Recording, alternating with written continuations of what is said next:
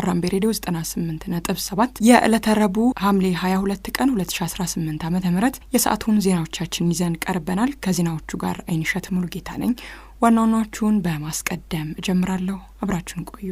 እያንጃበበ ያለውን የጦርነት ስጋት ለማስቀረት አስቸኳይ የፖለቲካ መፍትሄ ያስፈልጋል ስለመባሉ፣ ለማስተር ፕላኑ ትግበራ ከ$30 ቢሊዮን በላይ መዋለ ንዋይ እንደሚያስፈልግ አገልግሎቱ ስለማሳወቁ፣ የአፍሪካ ህብረት ለአጀንዳ 2063 $2 ቢሊዮን እንደሚያስፈልግ ስለማሳወቁ፣ ከዓለም አቀፍ የአሜሪካ ልዑካን የፈረንሳይን ንግግር በመቃወም የተመድ ጸጥታ ምክር ቤት ስብሰባን አቋርጠው ስለመውጣታቸው።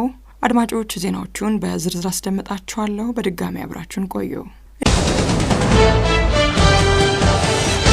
መዋለ ንዋይ እንደሚያስፈልግ አገልግሎቱ ገለጸ። የኢትዮጵያ ኤሌክትሪክ አገልግሎት የ25 ዓመት ብሔራዊ የኃይል ስርጭት ስርዓት ማስተር ፕላንና የማስፋፊያ ጥናትን ይፋ በማድረግ እቅዱን ሙሉ በሙሉ ለመተግበር $30.65 ቢሊዮን ብሔራዊ ኢንቨስትመንት እንደሚያስፈልገው ገልጿል። ማስተር ፕላኑ የኤሌክትሪክ ተደራሽነትን ለማስፋት፣ ተደጋጋሚ የኃይል መቆራረጥን ለመቀነስና የዲጂታል አሰራርን ለማጠናከር የተዘጋጀ ሲሆን በዓለም ባንክ ድጋፍ መከናወኑም ተገልጿል። ጥናቱ 79,000 ኪሎ ሜትር የመካከለኛ ቮልቴጅ መስመሮች፣ 1100 የመጋቢ መስመሮችና 183 ሰብስቴሽኖች ላይ በተካሄደው ዳሰሳ ላይ የተመሰረተም ነው። በጥናቱ መሰረት ከ1100 የመጋቢ መስመሮች ውስጥ 271 የኃይል መሸከም አቅማቸው በቂ እንዳልሆነ ሲገለጽ፣ 182 መስመሮች ደግሞ ከፍተኛ የኃይል ጭነት እንዳለባቸው ተመላክቷል።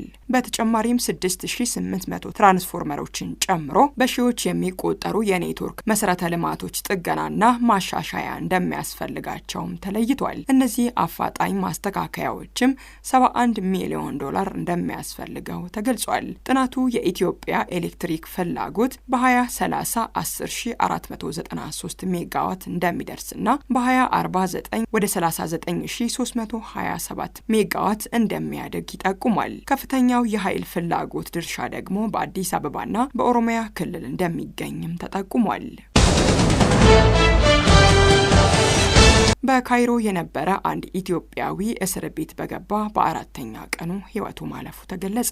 በግብጽ ዋና ከተማ ካይሮ ይኖር የነበረ አንድ ኢትዮጵያዊ ስደተኛ እስር ቤት በገባ በአራተኛ ቀኑ ሕይወቱ ማለፉን ቢቢሲ ዘግቧል። ኢትዮጵያዊው ሕይወቱ ያለፈው የልብ ድካም ይዞት ነው የሚል መረጃ ቢወጣም የቅርብ ሰዎቹ ግን በግለሰቡ አሟሟት ላይ ጥያቄ እንዳሏቸው ተገልጿል። ኢትዮጵያዊው ስደተኛ የታሰረው ከመኖሪያ ፍቃድ ጋር በተያያዘ እንደነበር የገለጹት ምንጮቹ በወቅቱ የመኖሪያ ፍቃድ አግኝቶ ከእስር እንደሚለቀቅ ተገልጾ የነበረ ቢሆንም በቀጣዩ ቀን የሞቱን መርዶ እንደሰሙ ተናግረዋል።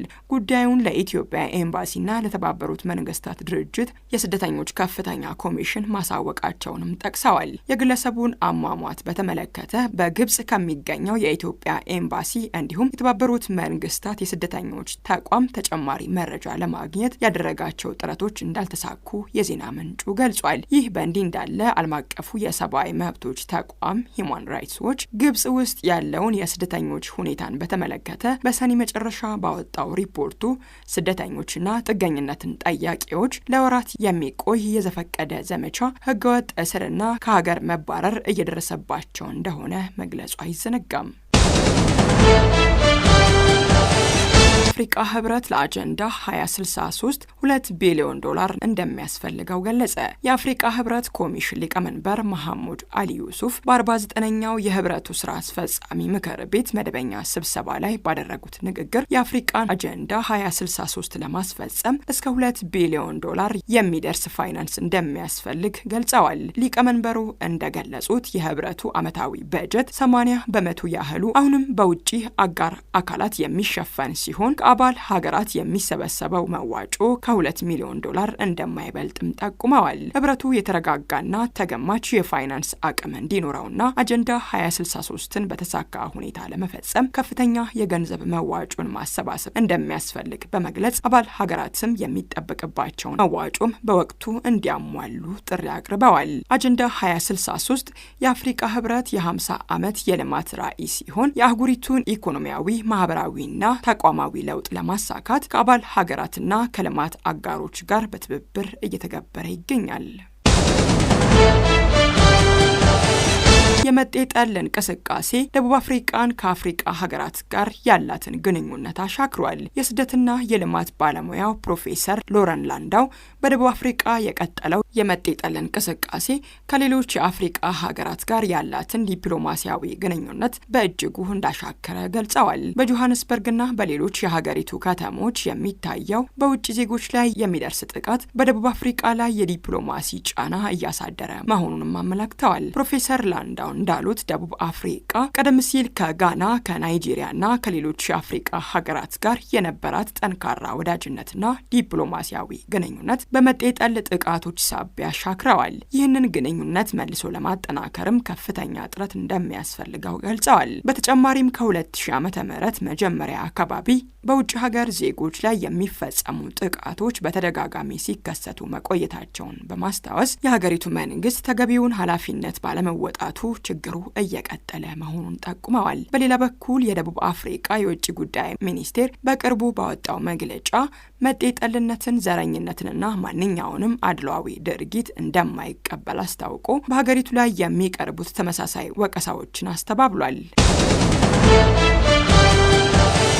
የአሜሪካ ልዑካን የፈረንሳይን ንግግር በመቃወም የተመድ የጸጥታው ምክር ቤት ስብሰባን አቋርጠው ወጡ። የአሜሪካ ልዑካን ቡድን የፈረንሳይ አምባሳደር በተባበሩት መንግስታት የጸጥታው ምክር ቤት አስቸኳይ ስብሰባ ላይ ያቀረቡትን ንግግር በመቃወም ስብሰባውን አቋርጠው መውጣታቸውን ዓለም አቀፍ መገናኛ ብዙሃን ዘግበዋል። ስብሰባው በሩሲያ ዩክሬን ጦርነት ዙሪያ ለመምከር የተጠራ ሲሆን የፈረንሳይ ተልዕኮ ቡድን አሜሪካ በተመድ ውስጥ የሰጠችውን ድምፅ ከሩሲያና ከሰሜን ኮሪያ አቋም ጋር በማነጻጸር ተችቷል። የፈረንሳይ ተልዕኮ በኤክስ ገጹ ላይ አሜሪካ የሰብአዊ መብቶች ምልክት ነበረች፣ አሁን ግን አይደለችም ሲል መግለጫ አውጥቷል። ዲፕሎማሲያዊ ውዝግቡ የተባበረው የተመድ የሰብአዊ መብቶች ኮሚሽነር ዲፕሎማሲያዊ ውዝግቡ የተባባሰው የተመድ የሰብአዊ መብቶች ኮሚሽነር ቮልከር ተርክ የስልጣን ዘመን እንዲራዘም በተደረገው ድምፅ አሰጣጥ ላይ አሜሪካ ከሩሲያና ከሰሜን ኮሪያ ጋር በመሆን ተቃውሟን ካቀረበች በኋላም ነው። ለዚህ ምላሽ የሰጡት የአሜሪካ አምባሳደር ማይክ ወልትዝ ፈረንሳይ ከዓለም ከፍተኛ ጨቋኝ አገዛዞች ጋር ሲወዳጅ ለነበረው የሰብአዊ መብቶች ኃላፊ ድጋፍ ሰጥታለች በማለት ወቅሰዋል። ሆኖም ይህንን አባባል በዝርዝር አላብራሩም። በተጨማሪም የአሜሪካ አምባሳደር ዳኔ ጋሬ ፈረንሳይ አዋራጅና አክብሮት የጎደለው ብለው የገለጹትን ንግግር ይፋዊ ይቅርታ እስካልጠየቀችበት ድረስ የዋሽንግተን ልዑካን ተመሳሳይ ተቃውሞ ማሰማታቸውን እንደሚቀጥሉም መናገራቸውን ዘገባው አመላክቷል። ጆንሰን ኤንድ ጆንሰን በ$5.5 ቢሊዮን የካሳ ስምምነት ሊፈጽም ነው። ጆንሰን ኤንድ ጆንሰን የህፃናት ፓውደርን ጨምሮ በታልክ የተሰሩ ምርቶች የማህፀን እንቁላል ማምረቻ ክፍል ካንሰር አስከትለዋል በሚል ለቀረቡበት በ10 ሺዎች የሚቆጠሩ ክሶች $5.5 ቢሊዮን በመክፈል ለመቋጨት መስማማቱን አስታውቋል። ይህ ታሪካዊ የካሳ ስምምነት ኩባንያውን ለረጅም ጊዜ ሲያስጨንቁ የቆዩ የህግ ክርክሮች ለመቋጨት የታለመ ሲሆን ገንዘቡ በምርቶቹ ምክንያት የጤና ጉዳት ደርሶብናል ለሚሉት ተጎጂዎች እንደሚውል ተገልጿል። ታልክ ከመሬት የሚወጣ ማዕድን ሲሆን አንዳንድ ጊዜ ካንሰርን ከሚያስከትለው አስቤስቶስ ጋር በቅርበት ሊገናኝ እንደሚችል ተገልጿል። ሆኖም የኩባንያው ምክትል ፕሬዝዳንት ሄሪካስ ክሶቹ በሳይንሳዊ ማስረጃ ያልተደገፉ መሆናቸውን ገልጸው ቢሆንም ጉዳዩን በስምምነት ለመቋጨት ኩባንያው ፈቃደኛ መሆኑን አስታውቀዋል። በኩባንያው መግለጫ መሰረት ስምምነቱ 69,000 የሚጠጉ ክሶችን የሚሸፍን ሲሆን በቀጣዩ ዓመት $3 ቢሊዮን ክፍያ ይፈጽማል። ቀሪው ክፍያ በተስማሙበት መርሃ ግብር መሰረት ይጠናቀቃልም ተብሏል። ጆንሰን ኤንድ ጆንሰን በ2022 በታልክ የተሰሩ የህፃናት ፓውደሮችን በዓለም አቀፍ ገበያ ማምረትና መሸጥ እንደሚያቆም ማስታወቁ ይታወሳል። ውድ አድማጮች ከሀራምቤ ሬዲዮ 98.7 የሰዓቱ ዜናዎቻችን እስካሁኖቹ ነበሩ። ዋና ዋናዎቹን በማስታወስ አበቃለሁ።